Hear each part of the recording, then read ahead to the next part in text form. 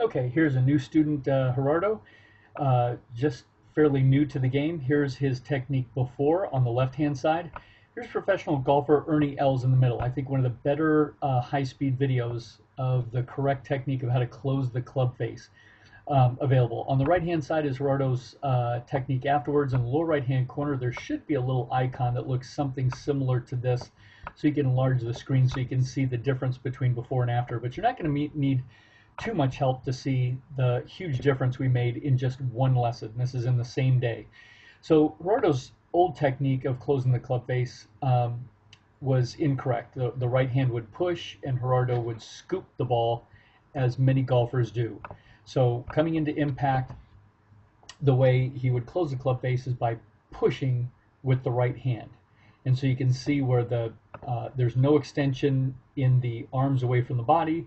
The left hand is on top, the right hand is underneath. What we really need is, we worked on the correct rotation of the forearms, and there was a kind of a specific drill that we worked on.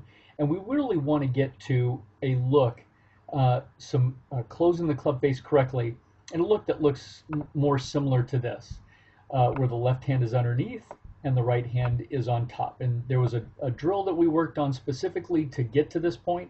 And so now this is what Gerardo's technique looks like after we had a chance to work on it for just a few minutes. So you can see as he comes through impact, now he has a much better look coming through impact. So we're going to stop these clubs in about the same relationship to the ground. You can see now he's closing the club face correctly. We have some rotation in the forearms. We've got the left hand underneath, the right hand on top. Huge difference between old and new. So we're going to take him before, the way he would close the club face prior. And you can see the big difference between his technique before and his technique after. He would actually, now he's able to shift the weight to the left foot, which he does right there. And now he's able to close the club face correctly, much like accomplished golfers and professional golfers know how to do.